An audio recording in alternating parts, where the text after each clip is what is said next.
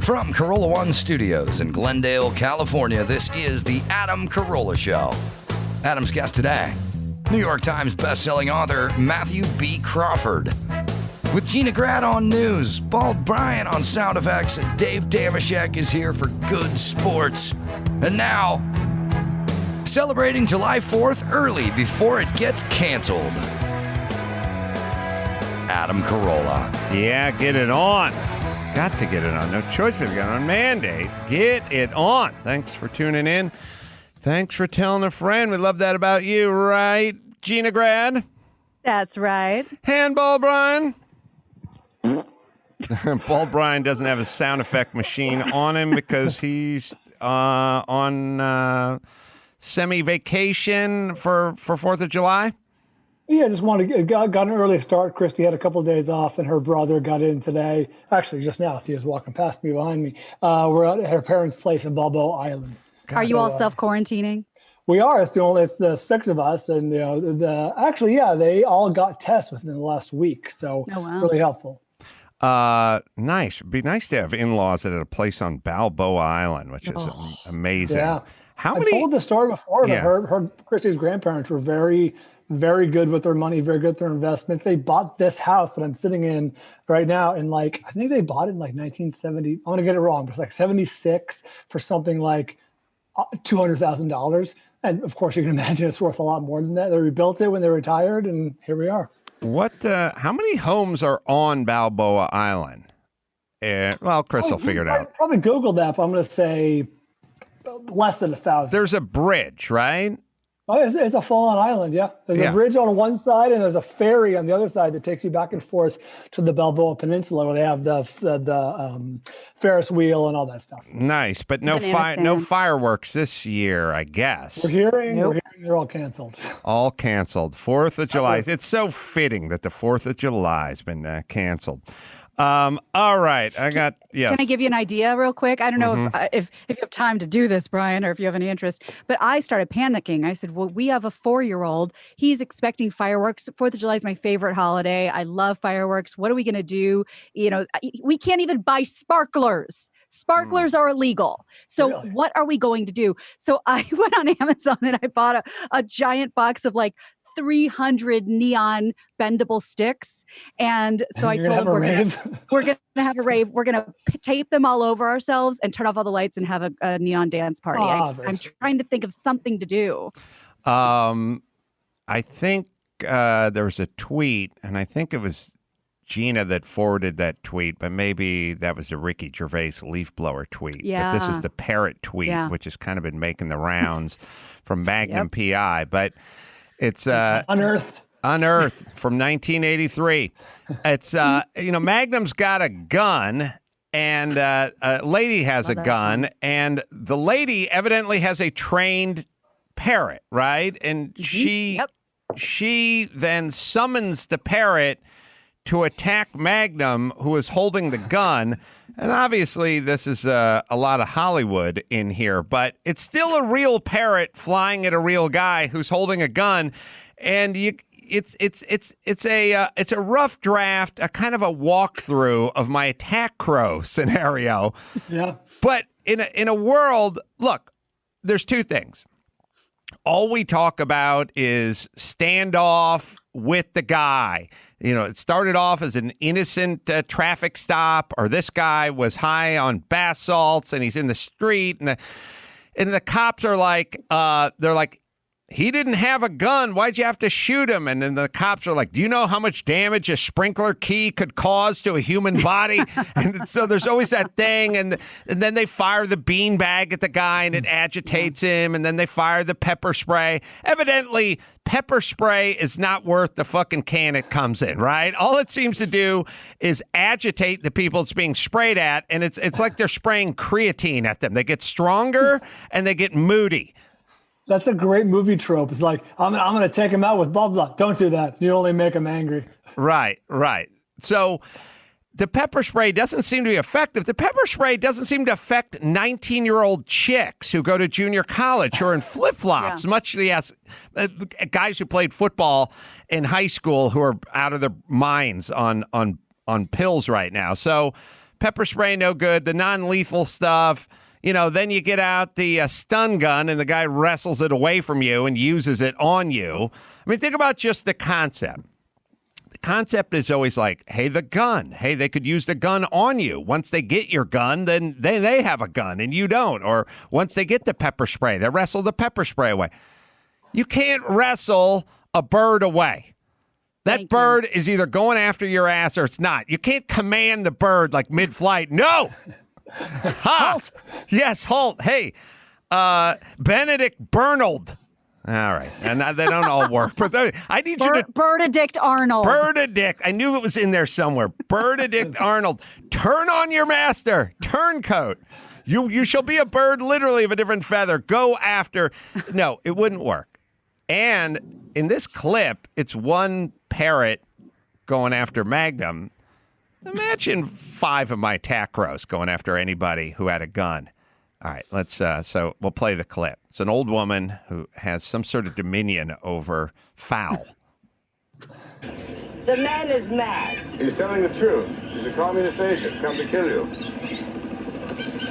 Dr. Tessa, drop it. It's a helicopter in the air. Well, blow his brains out. Do it anything. I know. Merlin, attack! Merlin attack. Can't shoot a bird. Ketchup running down the car. Even Magnum can't stave off a bird. It ends up flies into the chopper blade. There's a bird strike. Oh, yeah. Everything on TV. This is a perennial top 5 television show. Could you imagine what we had to watch back in the day? But oh boy. Point is, this big bird attacked this guy with the gun. He couldn't shoot it because it's hard to shoot a bird flying at you at that speed if you don't have a shotgun. And then did a pretty good job on that guy's arms. I mean, we used the dogs, and we're all sitting around trying to figure out the lethal force and the non-lethal force and too much lethal force or not enough lethal force. I don't know, man. Every day that goes by, I'm getting a little more into my tacros, especially with all these armed sort of standoff, whatever. Think about that couple in St. Louis on the lawn with their guns the other day. What if they had attack crows? That mob could have got that mob moving the other direction real fast, right? No harm, no foul. You want to give them the attack crows? Huh? You want to give them the attack crows? I want to give any homeowner, any citizen, anybody attack crows. I told you initially I wanted my own attack crows. They would sit up on the parapet of the building, and when I walked out to the car, if anyone accosted me, boom. And when you go to the 7-Eleven or the market or the liquor store, they fly as the crow flies. You have a giant rainbow tape crow sticker on the roof of your car, so the crows can understand. Probably doesn't even need to be a crow. Could just be a giant bullseye, just a big rainbow tape bullseye. Put it so the crows can see you when they're soaring up there 500 feet above the ground. Then when you pull into the liquor store at night, they just land on the parapet. Then when you come walking out, God forbid some gangbanger accosts you, or even a hobo wants money. Boom. Right on the head. In a flash. And done. So thanks for... Who found that clip? Is that just making the rounds? Gina saw it. It was going around. But yeah, it was going around for a few days. Yes. All right. So there you go. This... maybe... Now, do you guys think anyone is working on this? The Army... The Army traditionally, uses dolphins and whales and stuff. Like, it's a pretty rich history of us using dogs and police dogs and Army dogs and stuff like that. And by the way, the stuff people have come up with over the years to experiment on has been insane. Like I said, dolphins used to plant mines on ships and stuff like that. The only thing I'm wondering is, what is the logistics of training crows? Is that possible? They're obviously very intelligent, but I don't know if they're trainable. Well, falconers train birds, so they're, and they can identify pattern. That's why they're scarecrows. Well, hold on. Didn't we talk about all those stories where they trained them to pick up cigarette butts and trash in the parks and throw them in the receptacle? Yeah. I'd say that's pretty trainable. Yep. Don't you think at this point, because of just drones and everything being, so electronic, that they would consider crows more analog and nobody cares about that anymore, even though they should? I don't know. I've thought about this obviously for years, decades. 20 years now I've been talking about this and thinking about it. I'm just like, when there is a guy and he's got a weapon, maybe a knife, and he's standing in the middle of an intersection and there's 5 cops around him 20 feet away, it's hard to get him to drop that knife. And it's also hard to get the cops not to shoot him if he won't drop that knife. But I don't know. I like it. I just saw it. I saw Magnum P.I. illustrate it, and I've been re-energized. That's what I'm saying. All right. So enjoy that clip. I took a picture of a manhole cover that was so egregious yesterday on my walk.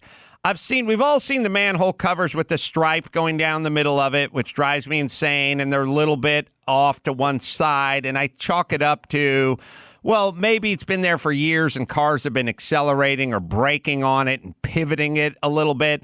But this one, I'm giving them the benefit of the doubt. This one had the white lines going north and south, and it was replaced with it going the exact opposite direction. It literally made a cross in the middle of the intersection. It's a white line and a lighter white line, and it's bolted. Yep. It has 4 bolts in it. I was going to say, that's not just workers being in a hurry or car. No, the thing is bolted down. It was bolted down the wrong way. Yeah, bolted down. It's bolted the wrong way. I know the bolt pattern works the right way because that's the direction it was in when it was painted. We should point out that the bolts have, I don't know what you call them, grooves. Like they're not just randomly bolted as though to secure it. Like there's 4 notches, you know what I mean, where the bolts would fit, and it would line up perfectly had they just rotated it 90 degrees. They're countersunk, as they would say. Uh-huh. And the stripe is 90 degrees off, so it makes an X, marks the spot. And for some reason, there's a dark stripe and a lighter stripe, which makes it even more egregious. There's 2 stripes. It's going the opposite way. We just put it up at adamcarolla.com. People want to say this. Do you guys share this? And people think I'm nuts whenever I open my mouth. I 1,000% mean it all the time. If I was in charge of that patch of land, if that's my city or that's my beat, I would want to find out who put this manhole cover back, and then I would confront them and I would say, evidently you have no regard for your job. You just don't care. You either don't care or you're angry. Either you really are that far checked out, or you're super passive aggressive, and this is a fuck you to everyone who travels this highway. Either way, I got to relieve you. Yeah, that's reflexive of a general sort of out of it, like you said. And if whoever put that back is so out of it as to not even notice the pre-cut grooves, like I said, the countersunk, how good a job did they do down below? You know what I mean? Down in that. How good of a job did you do? It's like the green M&Ms in the rider. If you can't get this, right, what else are you getting wrong? Yeah, I would do my stupid or liar. I would say, look, either you're so far out of it that you should never handle power tools, which is part of your job, or you've done this intentionally, in which case you're the world's most disgruntled employee and we must let you go. But as I've said in my stand-up act, I would take it a step further. I would call it a national holiday. I would fill the Staples Center. I would bring this guy right down to center court, and I would cane his ass. I would cane him and just yell, any other fuck-up city employees want a taste of the cane? I would have Dean Cain do it just because I like the way it rolls off Cain the tongue. Velasquez. And Cain Velasquez. Michael Caine would sit there and applaud. That's right. Michael Caine. All right.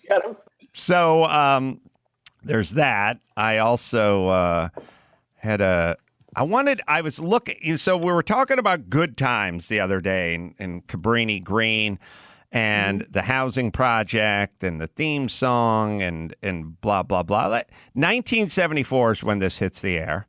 I will play a little of the theme song just because it's fun. Sounds good. From Television City in Hollywood. Good time. Anytime you need a payment. Good time. Anytime you need a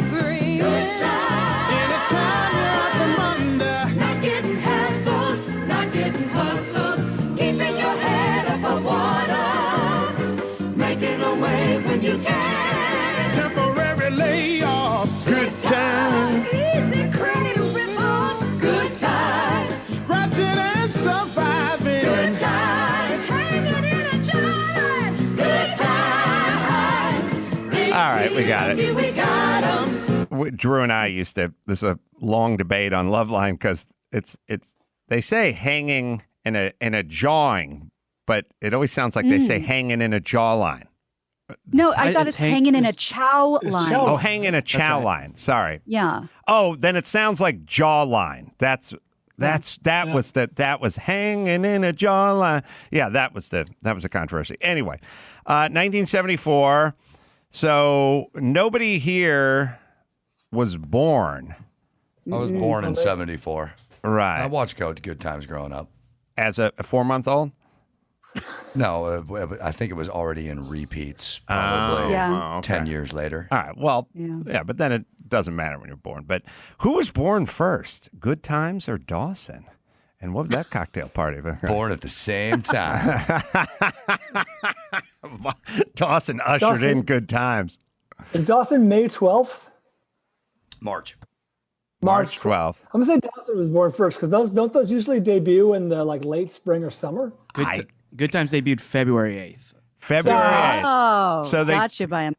Good Times beat Dawson. So nobody here. So my speculation, when I'm trying to put together my thoughts and my calculations, my first is like, I think I'm the only person here who was born when Good Times hit the air. And technically, that's true. All right. So nobody here was born except for me when Good Times hit the air. So, and I thought, and I watched every episode, and it was just a lot of them hanging out and subsidized government housing, talking about finding a job at the docks, and the economy sucked, and we didn't have any money, and everyone was on welfare and food stamps and everything. And I thought, okay, so now it's been 45 years or 46 years, and how much has things changed? And then I saw a news story in Chicago, a horrible news story. You got the clip there. Max Zapata, Mike Tobin is a reporter, and I saw this horrible news story out of Chicago a couple days ago. And trying to figure out how much things have changed. Also, you should know, as I was taking my deep dive into Chicago, they had, in the last 100 years, not Chicago, but Illinois, has had a Democrat and then a Republican and then a Democrat and a Republican, sometimes two in a row and then two in a row, but they've split Democrat, Republican in Illinois for 100 years. Kind of interesting, right? Like it's literally like 10 on each side and 10 on the others. I was wicking and doing the thing. So they alternate between corrupt Democrat, corrupt Republican. Yes. Okay. They're notoriously corrupt. Yeah, and I'll tell you a story about the last Republican mayor of Chicago coming up in a second. But first, I'll play this news story. 18 people killed over the weekend, and 2 of them were children. One, you could say, a baby. Just 20 months old. Sincere Gaston was his name. He was strapped into the car seat in his mother's vehicle. Apparently, there was a gun battle down the street with 2 other vehicles, and both the mother and the baby were hit by stray rounds. That little baby never stood a chance. That bullet went right through his chest. One Chicago police officer who handled this case posted on social media that he's never handled anything this difficult in all his time on the Chicago PD. Also, 10-year-old, I should say, Lena Nunez was in her uncle's second-floor apartment when a stray round came right through the second-floor window and hit her in the head. Chicago's new police superintendent used the phrase evil bastards to describe the gunmen, and he pressed the public to end this code of silence. He says someone in the neighborhoods knows who the shooters are. Usually the motivations for the gun violence in the bad parts of Chicago is gang wars, drugs, money, turf battles, perceived slights over social media, and the endless cycle of vendettas. Over the weekend, a person was picked up for shooting 2 teenagers because they asked him how tall he was. An extra 1,200 officers are expected to be on the street this 4th of July holiday weekend because historically the gun violence has been pretty severe over the 4th of July. Yeah, so not down with defunding the police in that area, number one. Number two, it's been 46 years since I was watching a sitcom about how bad that side of Chicago was. And South Side. I don't think things have changed that much. Well, it's actually probably a lot more violent than it was back when John Amos and Florida were hanging around in their apartment at Cabrini Green. And you're right, Gina. They didn't say it was Cabrini Green housing, but it was implied. That was the notion. So, again, my theme is, what do you think government's going to do for you again? I mean, my thing is, let's see if we can get a job, get married, stay married, and get the fuck out of there. That's my plan. I don't know. Not sure that the government is doing a great job with it, because I feel like I've given, my whole thing is, I gave one time when Donnie had his Bronco in the back of the shop, just sort of rusty Hulk, and we'd had to push it around and everything. And at some point I said to him, I need to get the Bronco out of the shop because it's in the way and we're pushing it all over the place. Just park it in the parking lot and put a cover over it. And I said, I'll give you 2 weeks to get that accomplished. And of course he didn't. And I was upset. But if I said, I'll give you 46 years to do that, and it was still there, that's on him. I really not have a whole lot of trust in the man anymore. Yeah. And I would think about taking care of my own self, because I just don't think the government's doing a good job. Well, but, and yes. Further irony is, I know it was just from last year, but Lori Lightfoot, who's the mayor, she was on the Chicago Police Board. So I thought people voted her in to really kick this into overdrive, but I don't know if that's the case. Well, we're at the point now where some of the shootings over are a new one, if you heard, like social diss, right. Online. Yeah. Social media beef. Oh, woo.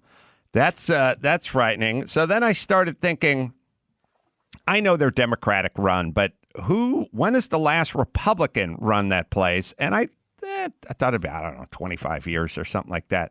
The last Republican to be the mayor of Chicago, Max Zapata, was what year that you're not putting on here? 1915 to 1923, and then he served from 1927 to 1931. So the last year Chicago had a Republican mayor was 1931. Wow. 1931. I would have said, I don't know, since 1977 or something, right?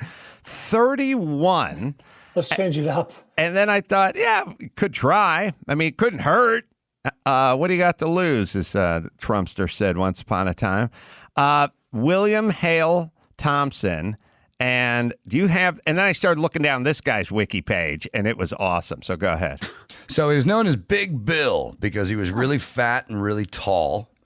He's one of the most unethical mayors in American history, mainly for his alliance with Al Capone. He was largely respected throughout his career until when he died, and they found a couple of safe deposit boxes containing over $1.8 million in cash. Back in 1944, that was worth $26 million today. Wow. And what year was he born? He was born in 1869. The last Republican to govern Chicago, or to be the mayor, of Chicago, was born in 1869. Wow. It was a crazy, it was fun. Anyway, that's some of the upside of the computer is having a few pops and taking a little wiki walk. Speaking of that, the last time Atlanta had a Republican mayor? No. 1879. I find that hard to believe. Wow. It's obviously true, but that's crazy. Googleable. Yeah. All right. So good times from 46 years ago, everybody. Nobody envisioned this future. By the way, when I was sitting around in 1974 watching a black and white Zenith television, nobody was sitting around going, in the year 2020 is going to be the Jetsons. There's not going to be housing projects and people shooting each other on the street for no reason. It's going to... I had no idea that this was the future. The future is same. Yes. Dinner and a pill and hoverboards. That's right. Back Hoverboards. then. Let's see. What would Adam today be like if the Mafia still had a big presence? Huh? Jason?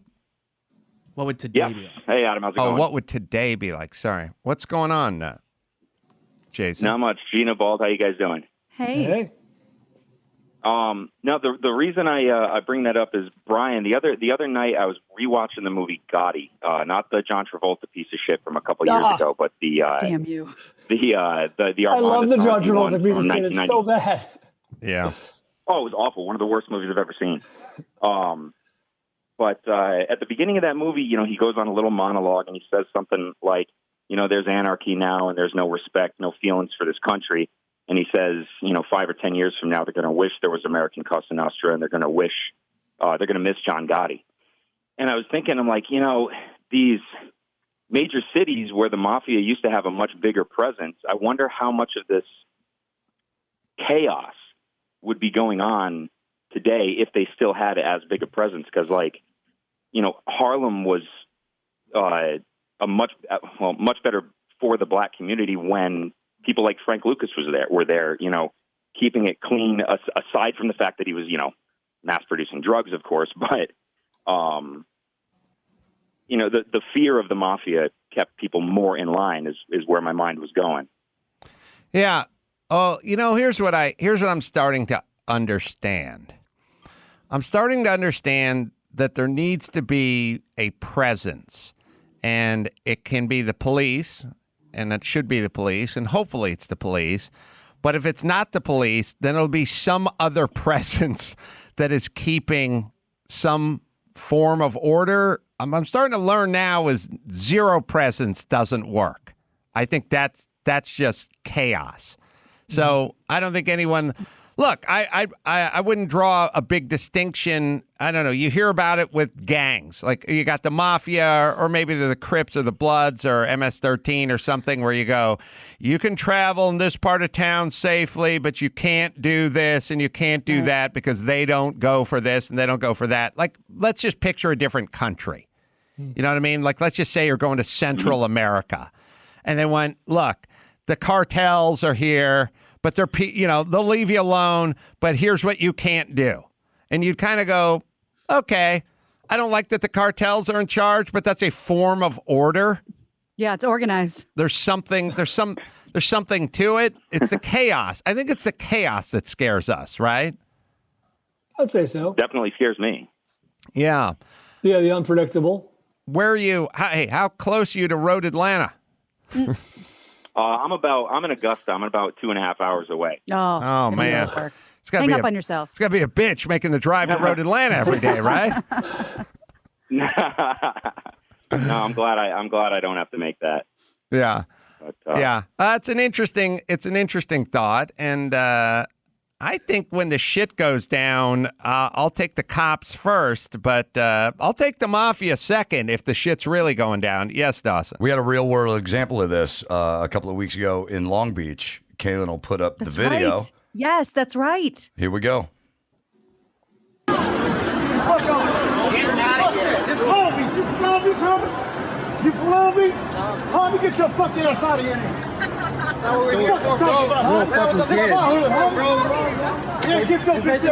That's the Crips getting. These are Crips from Long Beach chasing Antifa out of the neighborhood. Get your punk asses on. Look at this Long Beach. Thank you, sir. Say something. Say something. Yeah. Now, better? I don't know. No, I'm but hey, look, there's a point there. I'm not a huge Crips fan. I'm a Blood guy. Oh God. Oh boy. But cut that out. Blood and Scientology. Those are what I'm for. But but you see, you kind of go, look, first off, when you see it in a movie, this is my kind of thing. When you see it in a movie, do you like it? And then if you like it, then it's good. Like, those movies where they like hang someone over a balcony and they're like, I'm going to drop you if you don't. They're going, okay, I'll tell you. Suge Knight? Right. Suge Knight. So if you like the fictionalized account, it's a good thing? Well, when you cheer for it in a movie, like if you're watching a movie and a bunch of these idiots came into town and these brothers went, hey, get out of here. And they tried to run, you'd be going, oh, good. And that's what it would be intended for. Anyway, if you ever want a good, like a fun, bad watch, the John Travolta Gotti movie is fucking terrible, but it's so fun. Better or worse than The Dirt, which is now one of my favorite movies. I think The Dirt's legit good. Oh, it's fantastic. I mean, it's not great, but it is what it is. It's fun. I haven't seen The Dirt. Oh, The Dirt's the Motley good. Crue movie. It's Oh, great. that movie. Oh, that movie. Yeah, I don't know. I was trying to get Travolta shoehorned in there somewhere.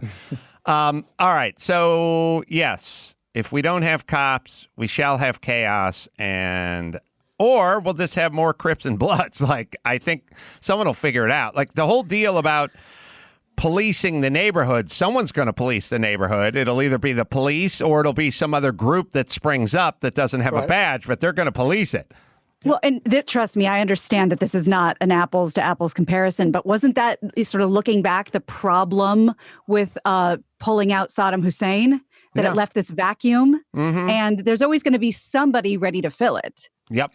All right. So you're saying Saddam Hussein's like the police? Let's bring him in. Yeah, that's exactly what I was saying, yeah. All right, real quick. Rob, 35, North Dakota. Oh, Adam, awesome to talk to you, man. Long time listener, first time caller. Thank listened to the book twice already. You listened to I'm Your Emotional Support Animal 2 times. That is right. Thank you. Obviously, I don't have much else to listen to. Evidently. Oh, thank you. Go ahead. Question. So I was listening to some old love lines, specifically the ones around 9/11 and then the next day 9/12. You and Dr. Drew obviously went off format for a couple days and just talked about the attack. You kept reiterating that you kept saying, this the military age of this generation, they're going to step up. They're going to the recruiting stations and they're going to handle their business. Do you feel the same way today of like 18 to 25-year-olds? If, someone attacked us, would they be heading to the recruiting station and doing their business? I think probably to a lesser degree. I'd like to think they still did, but I think probably to a lesser degree. But then if you kind of think about it, the way things are becoming kind of mechanized now, we don't need armies, pardon the pun, of people piling into the recruiters. We need a bunch of guys who've been playing Fortnite and not getting laid for the last 7 years to go over there and work those joysticks for those drones. So maybe we'll get a lot more done with a lot less. I see. Yeah. Thanks, Rob. That's a reasonable answer in a short amount of time. Our guest, Matthew B. Crawford, is on hold. This guy's a man after my own heart, and we'll tell you about him in a second. First, let me tell you something else that's about my own heart. Crossrope. Yeah, looking for ways to stay fit while spending more time at home? Crossrope. It's a weighted jump rope system. Makes home workouts fun. I use mine on a nightly basis. No time, no worries. You get a full body workout in just 30 minutes or even less. Combines high intensity cardio with full body strength training. I've told you guys how important it's good to do strength training, but rhythm training is good too. I love rhythm and I love balance. And that's the thing. You're not just throwing around the iron. You're getting the rhythm and the balance in there as well. It's easy to get started. Just order the ropes and download the app. Enjoy the results. App gives you a free anytime access, and it's fun. It presents many challenges, but ones you're up to the task to do. The 60-day risk-free trial Crossrope, right, Dawson? If you're ready for a new cardio and full-body home workout, visit crossrope.com/Adam. Get up to $40 off Crossrope sets plus free shipping when you check out today at crossrope.com/Adam. That's ADAM. Crossrope.com/Adam. All right, quick break. Come back with author Matthew B. Crawford right after this. All right, bring in Matthew, and he's in the Bay Area, Adam. All right.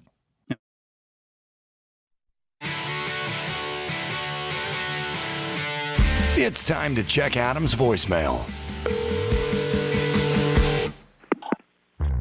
Hey Adam, Josh in Phoenix. I watched Uppity today, and it was fantastic. Goosebumps, the whole movie. That man is a hero. I watched every second of it, saw after the credits. Fantastic job. Keep up the great work. You can leave us a message at 888-634-1744. Yeah, CNN just did a whole big spread on Willie Yeah. T. Somebody forwarded me, and now we're getting our deal going with Showtime, and who knows? Maybe it'll all work out.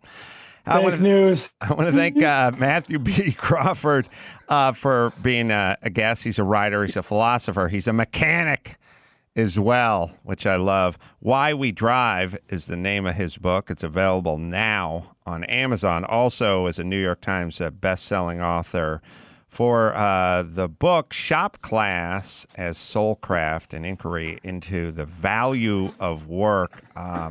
I've talked about the value of work. Just all I do is talk about shop class and work and putting stuff together. So good to meet you. Yeah, thanks for having me on the show. You have a PhD in political philosophy from the University of Chicago, specializing in ancient political thought. We're going to get into that in a second as well, because I got a feeling a lot of this stuff that seems new might be old. You also explore the ethical and practical importance of manual competence as expressed through mastery of our physical environment. So let's talk about working with your hands and how that pertains to everything in life.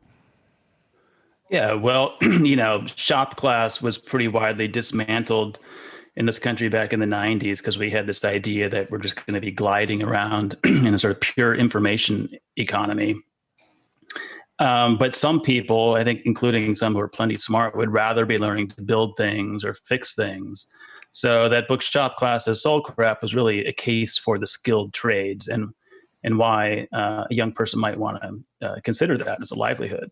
Well, I got to say a couple of things. First off, when all this shit was going down 20 years ago and they were getting rid of the shop classes, I kept saying these PSAs that talked about, hi, I'm Sheryl Crow. We need to fund the music. We need the music back in schools. It's so important to give these kids music class. And I was like, who the fuck is going to be a professional cello player out of this group? But there's going to be a lot of plumbers and there's going to be a lot of electricians. And so they were all concerned.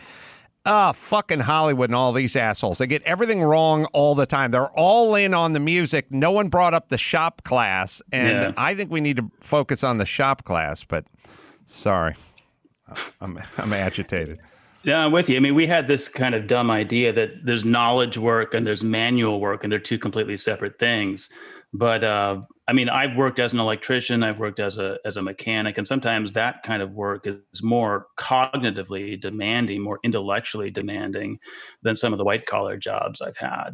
So I was just trying to go ahead. Yeah, I was going to say, as an example, as a little stupid little example, my son, who just turned 14, who hasn't done jack squat his entire life, about 2 weeks ago, a guy who's been working with me, Peter, said, it's kind of in a weird way, I, as his dad, he probably wouldn't have accepted it. Peter was like, hey, man, you got to get to work around here. You can't just putz around all day playing video games.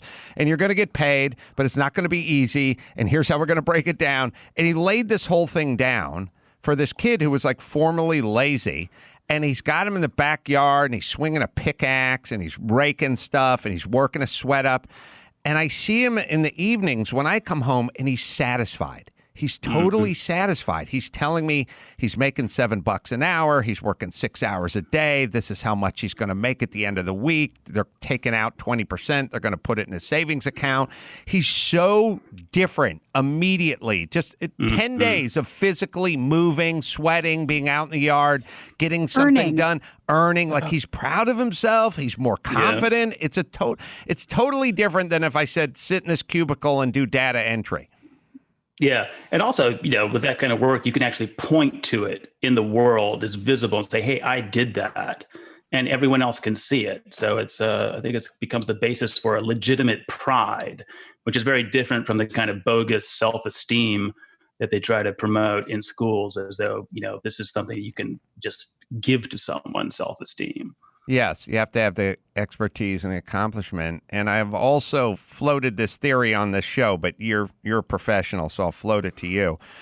I've been trying to think about why people are so unduly panicked about so many things in our society. Sort of being scared and saying they're worried about this or they fear that. And I said, we don't have a proper relationship with danger because we're not picking up tools anymore. When you pick up a chainsaw or you pick up a nibbler, I love the name of that tool. A nibbler. A nibbler. Nibbler cuts sheet metal. Nibble, nibble, nibble. It's like electric scissors. You have a nibbler?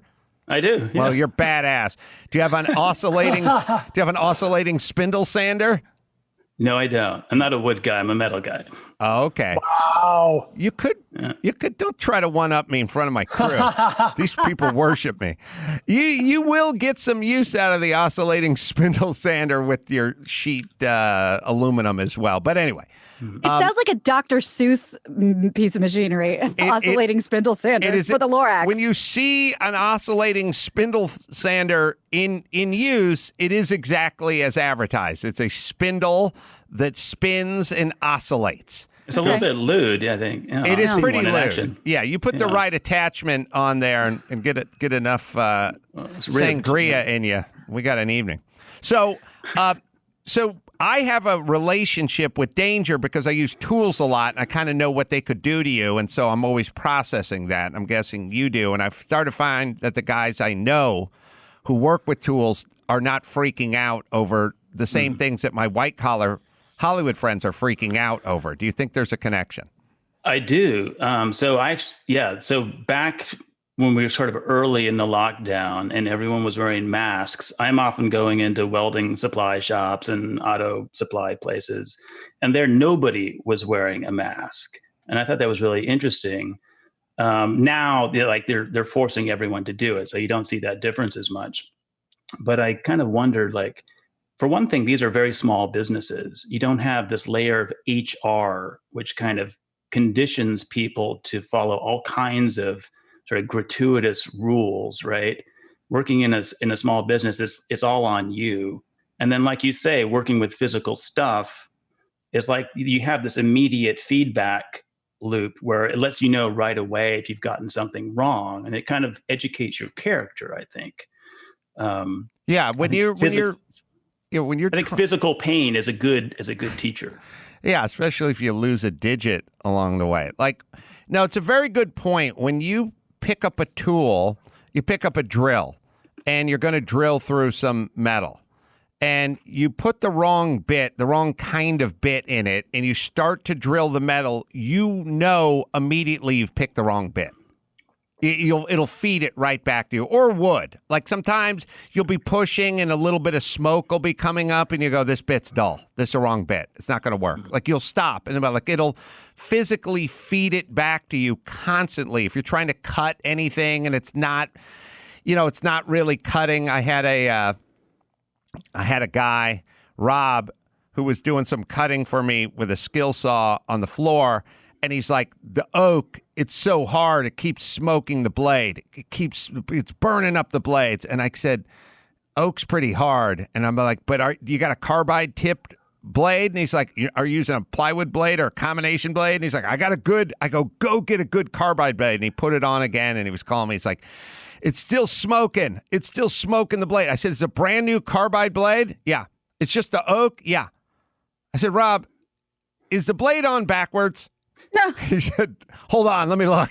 Yes, he had the blade was on upside down, and it was not the business side. It was smoking when you do it. But you'll know immediately if things aren't working. You get that feedback, right, Matt or Matthew?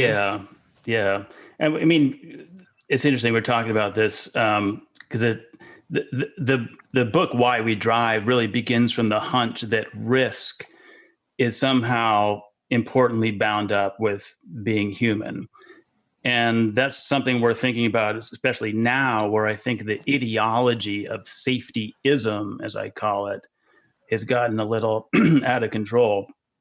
There seems to be this feedback loop wherein the safer we become, the more intolerable any remaining risk appears. And I think that makes us a little more susceptible to the claims made on behalf of automation, right? It's always this promise of safety and convenience. And of course, the side effect is that it's a kind of de-skilling. Our skills atrophy from lack of use, which leads to demands for further automation. So if you go far enough down this road, I think the whole world starts to look like an assisted living facility, basically. You ever see that movie WALL-E? Sure. Oh, Yeah, where's that scene where example. they're hovering around in these sort of self-driving pods, staring at their screens, slurping from enormous cup holders.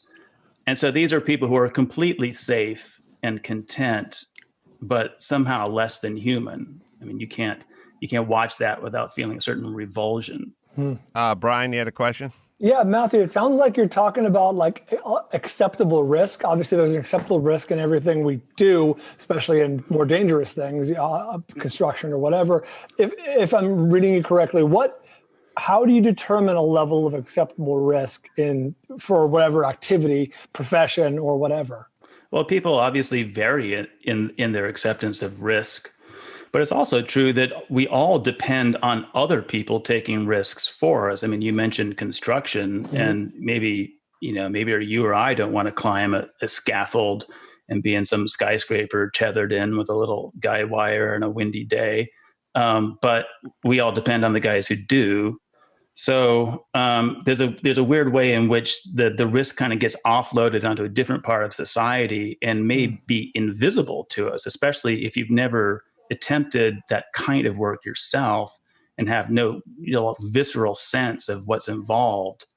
So I think the fact that we now kind of tend to outsource so much of our sort of daily physical requirements to other people, whether it's sort of immigrant guest workers or manufacturing things overseas, means we have less acquaintance with this stuff. And it facilitates a kind of narcissistic, sort of self-deluded sense that we're masters of our world when really we're not. We're dependent. Gina. I don't know. I'm not sure if you have kids or not, and I don't know how far down the child psychology rabbit hole you usually go. But kind of off of Brian's question, he and I both have little ones, 3-4 years old, and it's a constant debate in this house about an acceptable amount of risk. Like, I don't want him to be afraid of everything, but I don't want him to get hurt. So do you have any thoughts on that in terms of raising little ones? Yeah, I've got 2 kids. They're now 12 and 14, but I remember that stage when you're just hovering over them constantly, and this sort of constant anxiety about them hurting themselves. But of course, most of the time they fall down the stairs and they bump their head, and they're like made out of putty. They seem to be indestructible. They're not actually, nothing that bad happens. And I think that kind of experience of failure, when something bad happens to a kid and they get a little bit hurt, is an indispensable part of development. I mean, the child psychologists now will tell you this, right? So it's the only way that you kind of learn the limits of your body and develop skill. You only develop skill when the world is pushing back against you in some meaningful way. Well, there's notes of Jordan Peterson and these conversations. We've spoken to him about this. I'm a broken record on where's the shop class. Get the shop class back. Get in the garage. Get your hands dirty. Get busy. There's so much of an unintended circumstance, or unintended consequence, I should say, for us outsourcing everything all the time. And I don't think we're prepared as a nation for this. I think this sort of onward and upward, we'll get the self-driving cars, and then everyone can work from their home, and then you never have to go out and, hunt again. The food will be brought to you. It sounds like progress, but there's gonna be a fiddler to pay at some point from a societal standpoint. And I think we're going to have to start self-imposing manual labor on ourselves as a society, and especially the kids, as the same way we do I have a rowing machine and a treadmill in my basement. It's a simulation of rowing, and it's a simulation of running. And we all understand you got to do it. We're living in too soft a world. You're going to get fat. You got to hit that rowing machine. I sit on that rowing machine and I watch a video screen of a guy rowing in real life. I've fallen in love with two of my male instructors. Can't get enough rowing. I can't stop thinking about them. But we understand that with physical fitness. It's all a simulation of carrying a water bucket or hoisting a log and building a cabin or whatever it is. What about the simulation of the manual labor? What about the manual labor? We're going to lose it. Yes. You're reminding me of back before the French Revolution, Marie Antoinette, the queen. Right.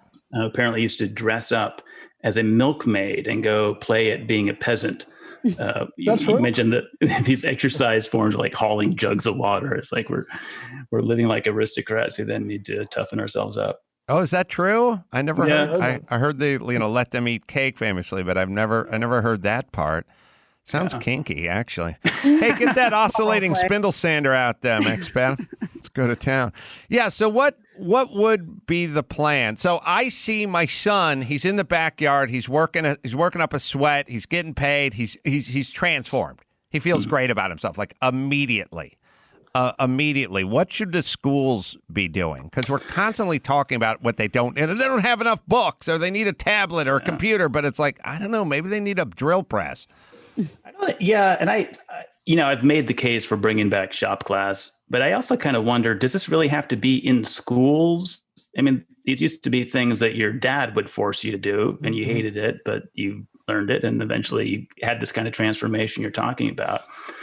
It's interesting. This guy named William James, a famous psychologist about 100 years ago, wrote an essay. It was called The Moral Equivalent of War. So what he was arguing that in times of peace and prosperity, when we become so soft, we need some way to keep hardness alive, toughness. And what he advocated was just what you mentioned a moment ago, sort of forced physical labor. He had this idea of basically a national service where people would, get sent off to go logging or cutting, fire trails, stuff like that, just as a way of building character. I mean, it sounds cliche, but I think it's really a crucial thing. Well, you start to think about, what do we need the schools for? Do it for your dads. But think about all in the ever-growing population that doesn't have a dad and then lives in an apartment. You know what I mean? So it's like you live in an apartment and you don't have a dad. How is this part going to work out? And maybe instead of, the after-school programs with the basketball courts, maybe we should get some shops up and running in some of those places as well. I don't know. Get Nick Offerman on the blower. Let's get to the bottom of this shit. Well, speaking of which, we should be killing two birds with one stone and asking our kids to be, our teenagers to be volunteering for the Habitat for Humanity, for example, like building things, doing some more good work for them. My wife did that when she was a teenager, and Adam and Gina can attest, she's a woman of high character and high achievement. And I think a lot of the reason, it's probably a bit of a self-perpetuating cycle, but I have no doubt that part of the reason is because she built houses for poor people when she was 16. I think part of the picture here is that we've got these kind of separate tracks for young people, where if you're on the sort of Ivy League track or even just the kind of high-end college track, your whole youth is spent padding up your resume for that, with internships and, little kind of volunteer things. There's a do-goodism. Start a business. Online business or something. Yeah, it's all intended to please the college admissions officers. So that's the meritocrats who become the managerial class. And so the idea of just kind of hard, unpleasant labor doesn't really fit into that picture, for its own sake. What do you think about the psychological implications? Because as I look around over the last 10 minutes and I've seen all the Karens going batshit crazy and everyone on the news going fucking insane, especially over the perception of danger. Like everyone thinks they're in danger. There's nothing going on. They're fucking nuts. And then I look at all the guys who work with their hands and they have they're even, they're level, they're not panicked. I got a bunch of guys in that shop that are 200 feet away from me who've been working on my cars and working in the shop. Ask me how many COVID-19 conversations we have had. The answer is zero. We have zero conversations about a pandemic that everyone's just been working in. Not even a conversation except for, I cannot believe all these fucking people have gone insane. Those are the only conversations we've had. There's a psychological implication here, and it's bad. It's already here. We've already been 30 years of this. What do we do to turn the ship around? Well, the thing about this whole safety thing is it becomes very moralistic, right? So if you're out and you're not wearing a mask, there's this kind of virtue signaling. You see people riding their bicycle in the wide open with nobody around with their mask on a hot day. And I'm like, what are you trying to say? You're saying that I'm a good sort of rule follower, I think. And that's become a pretty prominent part of our psychology. Brian. Matthew, what do you think? Honestly, what do you think? Who is intentionally sending more of a message? Person who wears the mask while biking, which is silly and absurd, or the person who doesn't wear the mask in a crowded place or chooses not to wear the mask when all logic should dictate you should?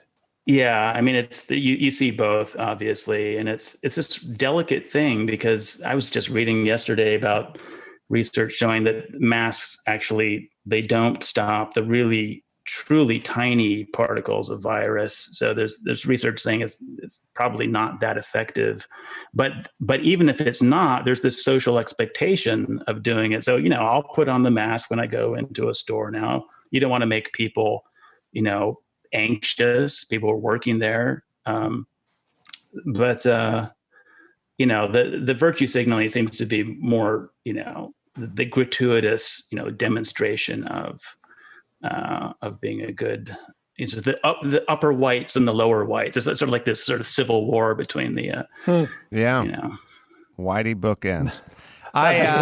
You guys are all just the pimento loaf between our two big slices of Wonder Bread, bitches. Get used to it. It is. It's funny. It's whites at either end of the extreme, and I think we can all agree that I like to live somewhere in the middle. I don't want to hang out with the guy who's jogging alone with the mask on, and I don't want to hang out with the guy who goes, "Fuck y'all, I'm going into the Trader Joe's with bronchitis and no mask." I don't want to hang out with either one of those guys. I like the middle folk, but I still think this danger thing is a big issue. I think the processing of the fear is a big issue. I think the news agencies and the politicians have figured out, this is a good way to make money and get reelected or get elected. So they're all in on this fear. Stuff. Yeah. They're all in on the fear, and it's pretty insane when you hear politicians speak or you hear news anchors speak how much the grim milestone of 132,000, we're 826 and a half. We're coming up on that grim milestone. It's like it's a grim milestone. Like, you're really going to have to build in a filter, everybody. You can no longer just sort of take in the information and process it. It has to pass through a little HEPA filter that you put in your ears, and maybe some glasses with a HEPA filter in it as well, because you're going to completely be overwhelmed by it. Or you need to start a process. I don't know, go rock climbing or something. Do something that puts a little bit of that into you, and that you have to process. Yes. So in this book, Why We Drive, I take kind of these excursions into different motorsport scenes, sort of grassroots motorsports, where, it's pretty dangerous stuff. And what was really fascinating about it to me is the spirit of play, I would call it. It's competitive. It's like hostility and friendship combined, kind of like, think of the rap battles of the 90s, where they're insulting each other, they're boasting. And what makes that spirit of play possible is kind of a willingness to endure risk and tension. And that very much cuts against this need to control everything, which I think is very much part of the sort of progressive mindset, is wanting to sort of rational control and eliminate chance. Yeah. And this has been the project of kind of social engineering, for 100 years now. Well, I've always thought part of the problem was with phrases like, we have a zero tolerance for zero. What do you mean you have a zero tolerance for everything, for smoking? Not one child left behind, not one. Like these proclamations that don't mean anything. And the zero tolerance always bothered me. I've never known what the fuck it meant. It always just seemed like posturing to me. But yes, be prepared. There's going to be some bones broken along the way, and it's good for your kids. I think we can all think about instances when we were young and we fell off the roof or we busted or something playing football or did whatever. I don't know. I feel like it helped. I really feel like I got something out of a lot of it. I have a good sort of side example of that. A little boy that I was really good friends, just played with all the time in kindergarten, wanted to impress me. He had a little crush on me. So he jumped off the roof of his house onto the driveway and embedded tons of rocks into his face. Took him immediately to the hospital, had to deal with all of that. And guess what he is today? A plastic surgeon. Wow. So it can send you on the right path. That's just good science, Gina. That's good science. Also, Matthew, we're talking about ancient political thought. You have your PhD in that as well. And I'm going to put you on my short list of guys I want to get drunk with because I feel like we could really open up a conversation. Let's talk about ancient political thought. What's going on now that maybe was going on then, or what was going on then? Pretty much everything the same. So, I studied ancient Greek thought. So, Plato, Aristotle, that stuff you've probably heard of. So this is the origins of democracy, and it's the origins of trying to think through what would be required to have a society that governs itself rather than being governed by tyrants or, some very small elite at the top. And it turns out to require a certain kind of character, the democratic character. And it requires a certain kind of, So in the Greeks, with the Greeks, they actually tied it to like male virtue in particular. In fact, the word virtue comes from the word for male. Yeah. So courage is right at the bottom of it. Mm-hmm. Yeah. Yeah. At the top of it. Well, it's funny. None of this stuff is new, and I never thought about it. We all think it's a sort of narcissistic thought, like, hey, we're alive. It's all happening now. Like what we're doing.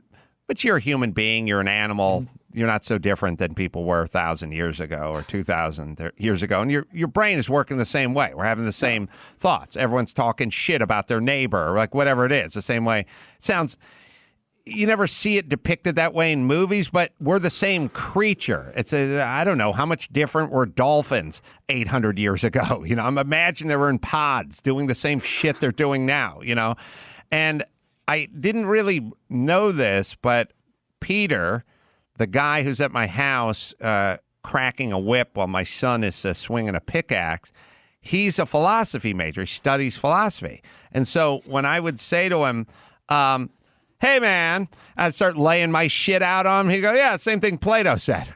And I'd go, huh? Who's ripping off my shit? Is that guy stand-up? What? But it's like, yeah, all these thoughts you're having, they're just the thoughts the guys had long before you. Yeah, lately I've been studying up on the French Revolution because with all the stuff going on now, it seems like we're living through another moment where the guillotines are about to come out. So sort of one already how that made it out to Bezos's property. What happened? They mocked up a guillotine and they put it out front of Bezos's condo. Okay, they were like, "Hey, Jeff Bezos, you guys see that story?" Yeah, I'm not inclined to laugh too much because it's getting a little bit real with the guillotine reference. It's getting a little bit real. Dr. Drew is another guy who's been on this sort of French Revolution theme for quite a while. He's been talking to me about this for 3 years. Now it's kind of on. But I think just the other day I saw a picture of they made it out of cardboard and plywood. Like it wasn't going to work, but it's a guillotine. It's a message. Yeah, undeniable. Yeah, support our poor communities, not our wealthy men, and that was out front of Bezos's condo, I guess, or townhome or whatever it was. I'm sure he has more than one It was home. his but DC home. His DC home, everybody. So we're getting there, or maybe we're there. Tell us, I've never studied the French Revolution. I always hear it through through conversations I have with Dr. Drew, but what have you been drilling down on? Well, it seems like you could call it the first civil war that was ideological, where people got completely inflamed with this idea that half the population is traitors. And so the sort of the Jacobins, or the most radical revolutionaries, ruled essentially by emergency. It's always an emergency. There's always some hidden plot that has to be, dug up and the traitors executed. And I think we were kind of headed into that territory where there's always some moral emergency that requires suspending the rule of law, requires suspending the Constitution. And it now seems that kind of the major organs of society have signed on to that. The big corporations and sort of media and academia. And you see it also in social media, sort of cancellation culture, right? Where there's just kind of hair trigger, people trying to out woke one another and say, where's that divide between the good people and the bad people? Right. The traitors. So that's pretty poisonous.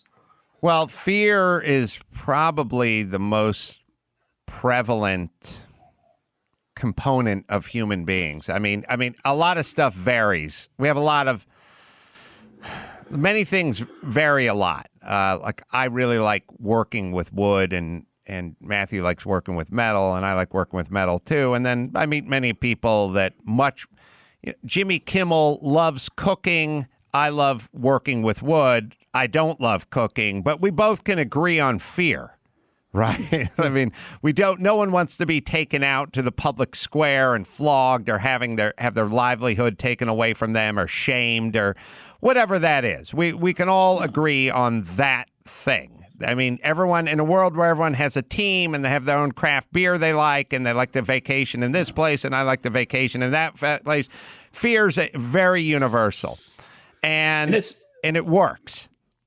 Yeah, and it seems like we've become increasingly governed by shame in this sense. Think of just the groveling public apology, and how over the last, 10 years or something, that has become such a fixture of public life. There's almost this ritual where you have to grovel and apologize for something totally innocuous. Yes. But there's a kind of willful misinterpretation.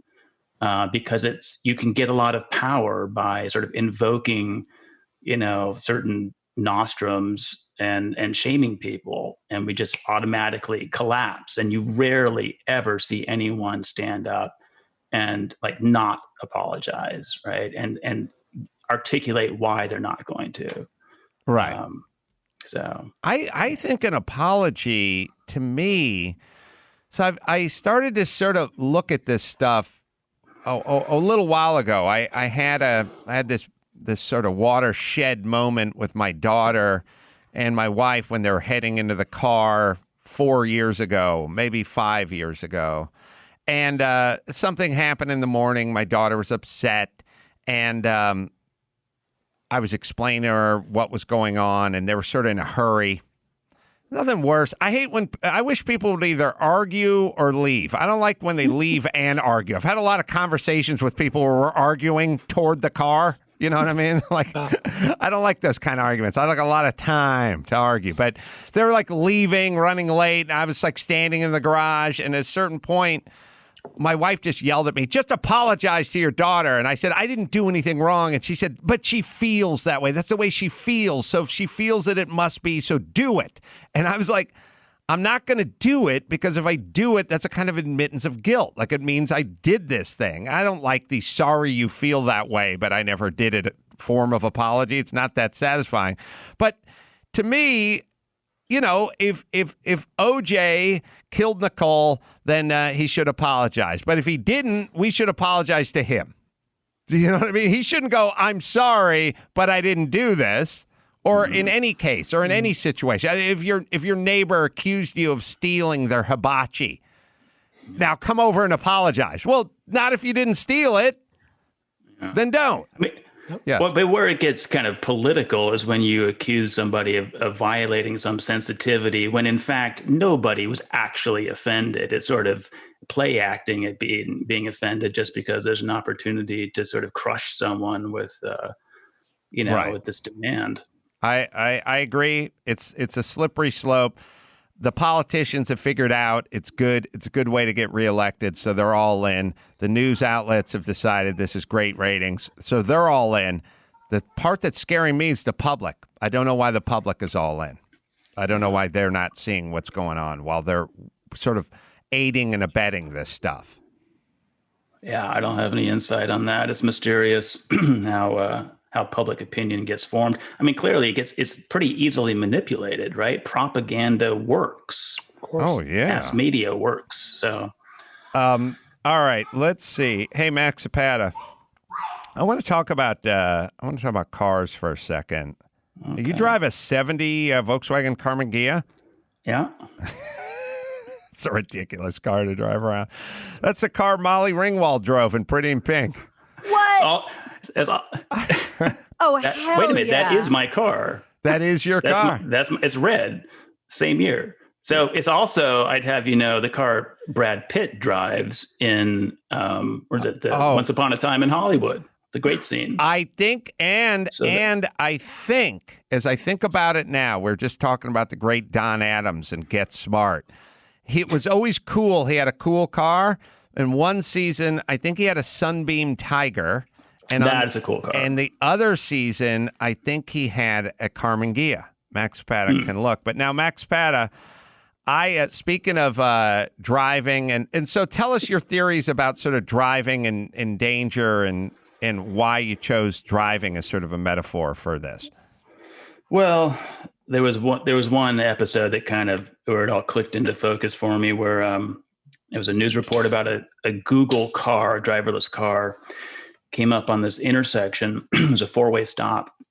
And so it came to a stop and waited for the other cars to come to a complete stop before proceeding through. But that's not what people do. They don't come to a complete stop. And so the car got confused and didn't know what to do, and it just kind of got paralyzed. And the Google engineer said that what he had learned from this episode is that human beings need to be less idiotic, by which he meant they need to be more like robots. They need to be strict rule followers. And what I found interesting about this is that he was completely oblivious to the kind of what's actually going on at that intersection where, people make eye contact. Maybe one person waves the other through. There's always ambiguous cases of right-of-way. But this kind of social intelligence of people working it out on the fly is impossible to reproduce with machine logic. So it was just invisible to him. So his conclusion is that either we need to become more like robots or get out of the way and make room for the driverless cars. And so that seems to be the logic. It's sort of an all or nothing. You can't have driverless cars sharing the road with human beings because these are just two different forms of intelligence. They don't play well together. So, if you think that the mind is basically an inferior version of a computer, this is the road you go down. This is a new improved version of driving. But in fact, I look at that same intersection and I'm impressed with what humans are capable of. Especially look at an intersection in Rome, where it looks like chaos. But in fact, Italy has a lower accident fatality rate than we do. They just improvise and they work it out. And to me, that's a picture of a functioning kind of self-governing society. Don Adams and Get Smart drove in season 1 and 2 a red 1965 Sunbeam Tiger. A lot of people kind of think of that, and it could have been an Alpina, which is the 4-cylinder version of the Tiger. No, that's the Tiger. That has the Ford V8. How many? That was what made that car special. 260 cubic inches at the beginning.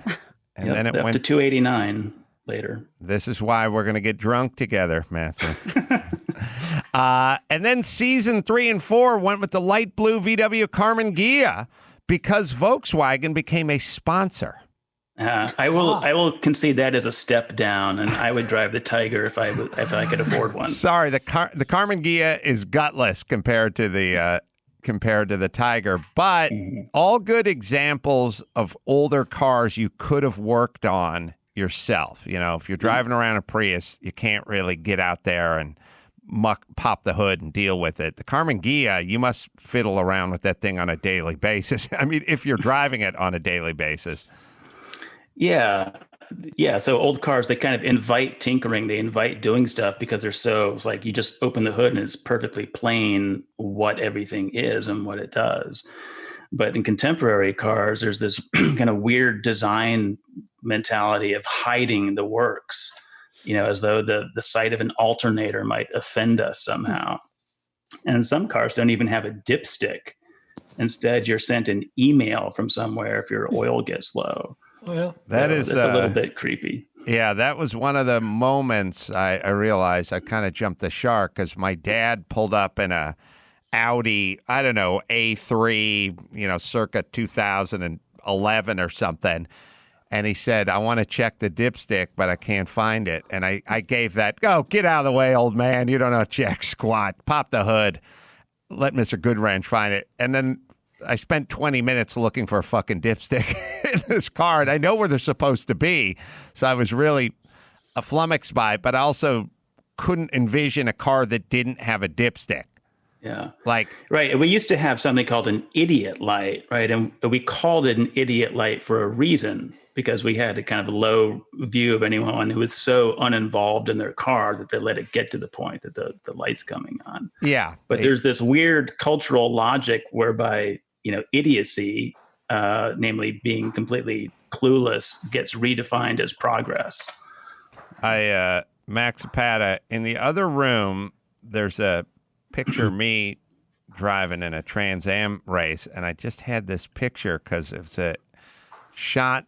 It's an in-car shot. It's basically what I see during this Trans Am race that was at Laguna Seca, and I just wanted to share it with you because if you look at the speed and you look at which way the wheel is turned, you'll see that it was turn 7 at Willow Springs, and if you find the speedo, you can find the speed of the car, but you'll see it's not an oval, it's not a bank. If you've ever been to Willow, it's just it's a big, long, flat turn, and it's just a cool picture that I'll hold up and I'll see if it works for you guys. I'll see if you can read it. Why? Oh, we'll put a digital copy up on the screen so you can look into it. How are people?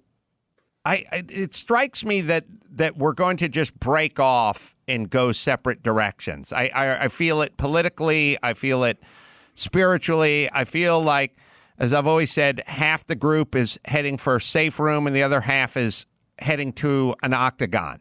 That's the way I feel. It's just we're just getting further. And we all used to kind of live in the middle because we're kind of forced to. You know, they talk about like, well, where's the middle class, the vanishing middle class? But it's not just the middle class, like for how much money you make. It's like people are just going full extreme. Like I'm going to load up on guns, and the other one's like, I want to abolish the police, and we're just moving.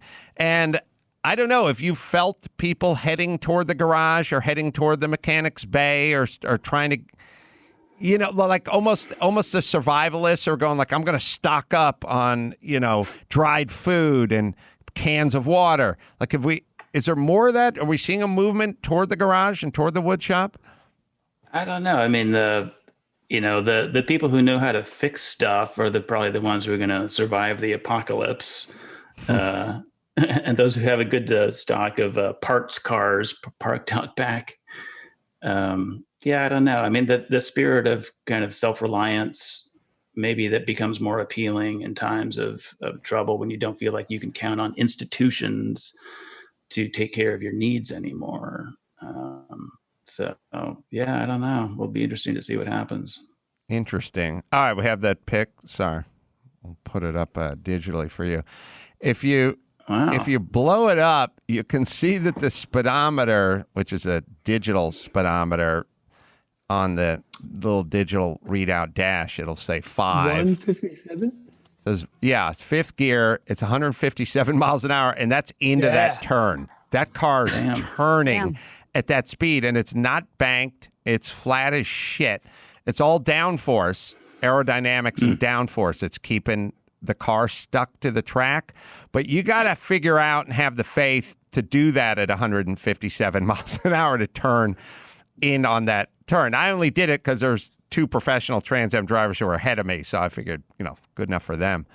I could pull this off. But it is a crazy experience, and you are wide awake during this entire experience. You do not drift off. You don't start having thoughts about Trump or Biden. You just, all you think about is where exactly where you're at. I would recommend some version of that for everyone to you mean keep the like sanity. living your life a quarter mile at a time? Yes, like Vin Diesel.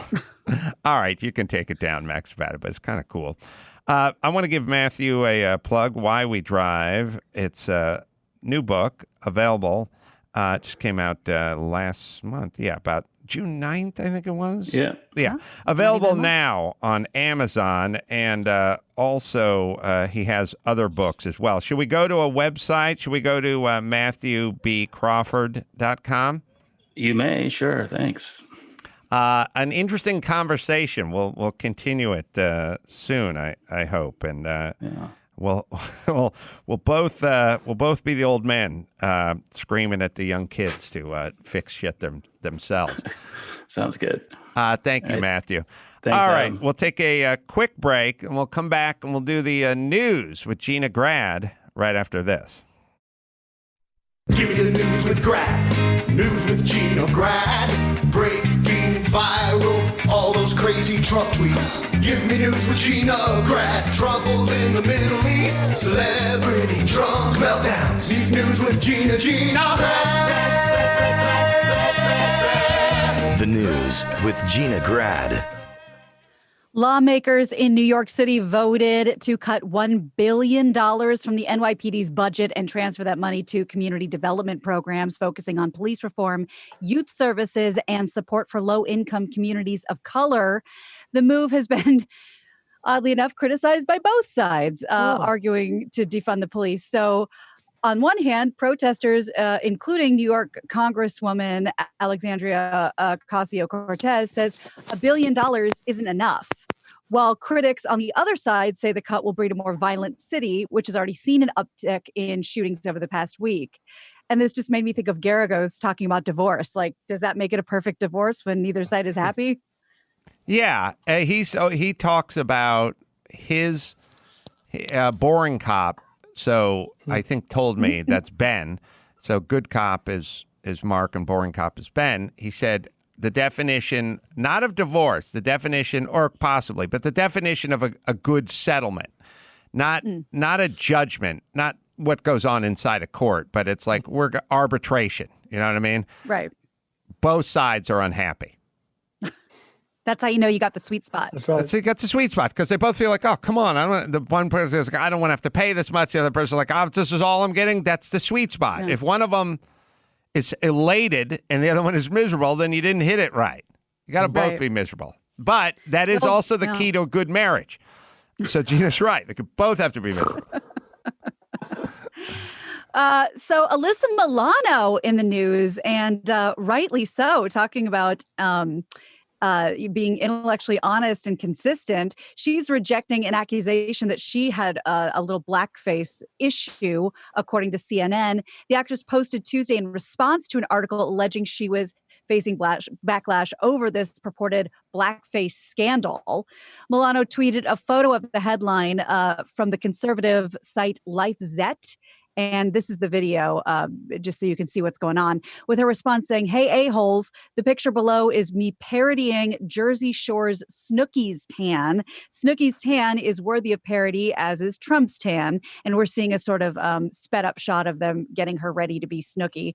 Milano is outspoken in her opposition to Trump, which we all know. She tweeted days earlier about what she alleges is a smear campaign against her because of her politics. So once they get done editing this photo, they take a snapshot of her and said that she was doing blackface. But at the end, it's a Funny or Die video, and it's clearly parodying the Jersey Shore. But if Snooki has done blackface, then this is an issue, right? Very because meta. That's she's very paying meta. homage to a person who's done blackface, Right. which I find problematic. I did Guilty by not think of it that way. association. Mm-hmm. Yeah. Yeah. Very Okay. good point. I don't know what year Alyssa Milano got married, but her husband had to be pretty happy about that choice 13 years ago. And now I'd like to recheck his temperature. 2009. 2009. So it's been Lots 11 years. changed. Yeah, lots changed. Do you Like, think I'm marrying the hottie from Who's the Boss? This is awesome. Do you think his response would simply be, "I wept openly"? I wept openly. Oh God, I couldn't imagine being married to someone who was that woke and that active and just engaged. You know what I mean? Like, imagine how much engagement. Like, I think we can all kind of realize that. Well, we feel sorry for the woman who's marrying the person who's the crazy fill-in-the-blank fan or is obsessed with rotisserie baseball or fantasy football, like every waking hours on the computer doing trades or sending emails to guys in the league or whatever. Like, we all kind of go That's like... how you win, baby. You kind of go, I feel bad for that woman, but wow, what if your wife was just in a constant Twitter battle with somebody online? Like, I just feel like she's every waking hour something angry.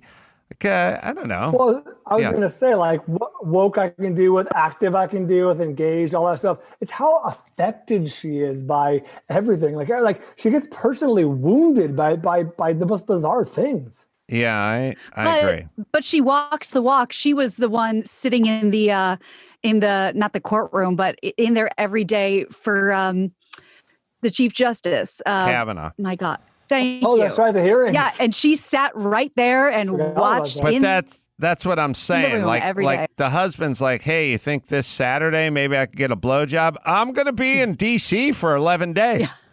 No can do. What, you got a job? No. I got a cardboard sign. Oh, this is totally out of pocket. What are you doing in D.C.? I'm just going to be sitting there watching this trial. Like, okay, but the dog needs water.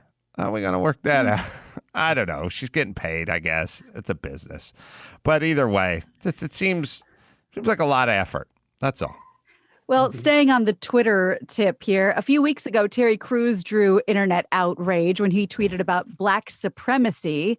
Now he's facing another little backlash for a tweet about Black Lives Matter. So he tweeted, "If you are a child of God, you are my brother and sister. I have family of every race, creed, and ideology. We must ensure Black Lives Matter doesn't morph into Black Lives Better." So earlier this month, problematic. He wrote earlier, "Defeating white supremacy without white people creates black supremacy. Equality is truth. People are not down." No one's down with anything. I say fuck everyone with their. It's not totally unreasonable. I'm not down with. Okay, fuck off. Like, that's all we have to do now. There is no satisfying anybody. There's no more statements to be made. That it's the end. It's the end of it. Everyone's pissed. I get it. I found Terry Crews to be a very interesting guy when I interviewed him because. And maybe this is part of the problem. He was basically explaining, I think I interviewed him for Take a Knee, but that's right. He was sitting, 5 feet from me and he was going, "Hey man, you don't have to keep looking for your sort of piece of the pie, like trying to get other people's piece of the pie away from them. Like make your own pie. Do your own things." Everyone says they're trying to get their piece of the pie. They don't realize that the world is a kitchen. You can make your own pie. Okay. That's not the President Camacho I know. Yeah.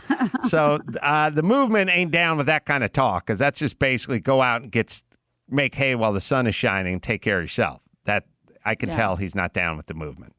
But I like his pie talk. Some hot pie talk. Mm-hmm. So we do have another instance of a TV show confronting an episode with blackface, but they're actually doing it differently. And by the way, the Golden Girls have removed an episode with a blackface joke where they're wearing mud masks. So everybody, wait, yeah. Is there a context? Like, are they at a spa, or are they trying? No, I think, and this is off memory because I've seen the show a time or two. I think it's the one where somebody either brings home a black family member or marries a black man, and they come out in these mud masks and like, oh no, we're not doing blackface, we're doing a mud mask. Big laugh. So that's problematic. But this is and maybe Chris can find the scene. I know it's kind of everywhere right now. I've yelled about this for a long time. When people would go, I'd go, well, wait a minute. It's a joke. There's context there. There's no need. And they go, yeah, I know. It drove me nuts. I've been saying this for 20 years, where people go like, I know, but you got to take it down anyway. Or I know, but they got to apologize. Other people don't know. I know, it's bad. It's not, but we have to. No, my whole thing is, if you know, then we know, then we don't. We don't. Right. You don't have to do this. There's a context for it. But, yeah. And talk about unearth, my God, who's looking for that old Golden Girls episode? Nobody I know, and we watch the Golden Girls. So all you're doing is highlighting this thing that you're supposed to banish into, the ether. Yeah, like by the way, like black people watch a Golden Girls. I'd love to see what that demo is. I mean, maybe designing women, because they had, what's his name? Oh, yeah. What was his name? He was Hollywood and Mannequin. Meshach Taylor or something. Oh, Meshach Taylor. Meshach Taylor. Oh, yeah. I thought you were going with Delta Burke. Like a little meat on the bone. Yeah. Oh, come on. Meshach. Oh, God. I'm getting old. So Meshach Taylor was the black Jim J. Bullock. Oh, wow. I know it's been said many times. I heard Kaylin talking about it in the hall. But if you look at who Jim J. Bullock played, you remember Brian, Jim J. Bullock? Was he the center square always on? You remember. He had the show. Jim J. and Tammy Faye. Yeah, he's very effeminate. Yeah, he and Meshach, they're both the same. They were a black and white version of each other. They weren't really in the main cast. They'd walk in, make a joke, and walk out again. They're both very big and affected, tall and lanky. And what's Meshach Taylor up to? Was Meshach in Mannequin? Was he? Yes, he was Hollywood. Oh, okay, there you go. Yes. While Chris is looking for that, I got a really sophisticated observation you guys are going to love. What happens when Meshach beats Shaquille O'Neal? Meshach. No, Meshach. Who's on first? Yeah. Fucking stupid. That's good. Meshach died in 2014. Oh. He couldn't have been 60. He was 67. 67? They have the cocktail now. They have the what? The cocktail now. It was an AIDS joke. Oh, come on. Get out of here. Back to Meshach's Balboa. my muse. And Meshach is also in Kaylin's cocktail party, both born April 11th. Meshach's in Kaylin's cocktail. I want to go to Kaylin's party. It's on his birthday, and I was just making fun of him not knowing who Meshach was. That's amazing. Ask Kaylin if he knows. Oh, he can't know Meshach. He has no idea. You don't know Todd Bridges. You don't know black 80s actors, my friend. Did your dad party with Meshach, Kaylin? Back in the day. And then what about Jim J. Bullock? Is he 67 and still alive? He's 65. He with us? Yes, he's still alive. All right, good. Because get him on I'd want to board. live in a world without Meshach and Jim J. And Gina, we found that Golden Girls clip. Oh, yeah. Okay, here we go. Hello, we're a little early. I'm Greta Wagner, and these are my sisters, Trudy and Libby. I'm so sorry. The house is such a mess. Why, it's neater than our maid ever gets ours. I'd hire you anytime. Mama,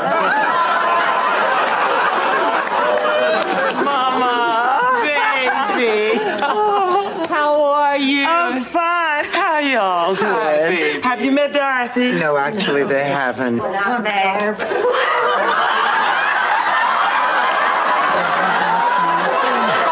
They're in mud bath blackface. Yeah. You must be Michael's parents. Mom. All right, it's breaking up, but you get it. There's I get the joke. Yeah. All right. Context. So anyway, so there is another show that's addressing this in a sort of a Gone with the Wind revamp way.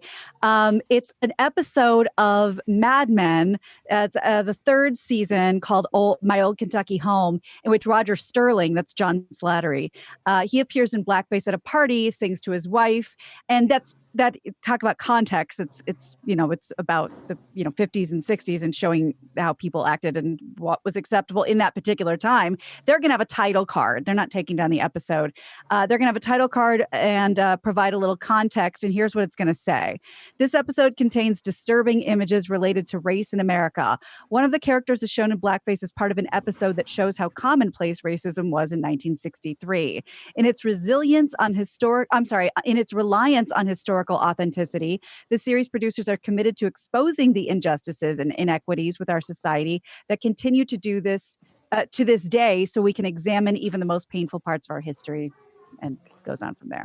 So they're going to leave it up and put up a title card. And as we know with Gone with the Wind, that is now back on HBO, and there's going to be an introduction sort of explaining that time period. Super important. Thank God. We burn all the calories doing everything. I don't know. How about we start exploring funner parts of our history, like World's Fairs and shit? You know what I mean? Like, can we have a nice, happy balance? Does it all have to go back and go through painful history? I don't know. Like, how about one of those Elvis movies where he goes to the Space Needle? You know what I mean? Like the World's Fairs. Like, hey, it's 1921 and this guy invented an elevator. Woo! Or a light bulb. Yeah. Since yesterday, you got me very worried about Uncle Ben. Yeah, I'm very worried about that now. I don't want Uncle Ben's legacy to be taken away. Yeah, I don't feel like we need to, get a super soaker and spray everyone with it. Let's be marksmen about what part of our history we're going to erase or remove. I don't think we need to do it with a shotgun. Do it with a sniper's rifle and get the right people out of there. But Jesus Christ. Travis Pastrana is going to be on the show tomorrow. That's a guy who's not fear-based. Oh, my God, is that guy not fear-based? That guy, you got to get it for tomorrow, Max Bada, but that guy, when that guy did a backflip from 10-story building to 10-story building, that was one of the hairier things I've ever seen in my life. I mean, it's one thing to do a backflip on a motorcycle in the desert, because, like, you crash, you break your collarbone and some other shit. You do a backflip rooftop to rooftop in a 10-story building, and you miss it. And by the way, if you miss it, first off, there is such a thing as mechanical error. Like, you could be going up the takeoff ramp and just have the chain bust on the motorcycle or the throttle stick or some linkage happen or something like that. Whew.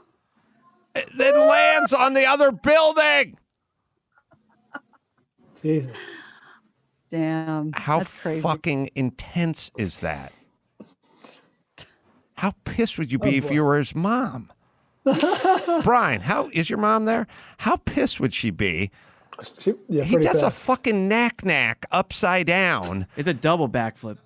No. It was not. Never mind. Yeah, I never minded you before. I know. I thought I preemptively never. I had a never mind chambered for you in case you spoke again.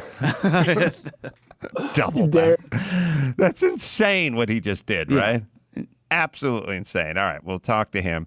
Let me hit McGuires here. Car waxes have come a long way. Last year, McGuires introduced hybrid ceramic spray wax. It's advanced SiO2 hybrid technology, delivers ceramic wax protection and durability. No rubbing, no curing, no buffing. It's not like the old days we had to wait for the haze to build up and then buff it off. Provides extreme water-beating action. This year, McGuires has launched their own Liquid version. Seals the paint for long-lasting protection against the elements. Easy to use. Apply it like traditional liquid wax. Get some of this stuff. I'll tell you what you should get. Also get the ceramic spray detailer. Spray detailer is so good, especially the McGuires. And you don't have to waste a bunch of water and like wash your car. You can just, if it's not too bad, just hit it with the spray detailer and a microfiber rag and wipe the thing down, man. Removes contaminants like dust, fingerprints, bird droppings, boosts gloss, enhances protection.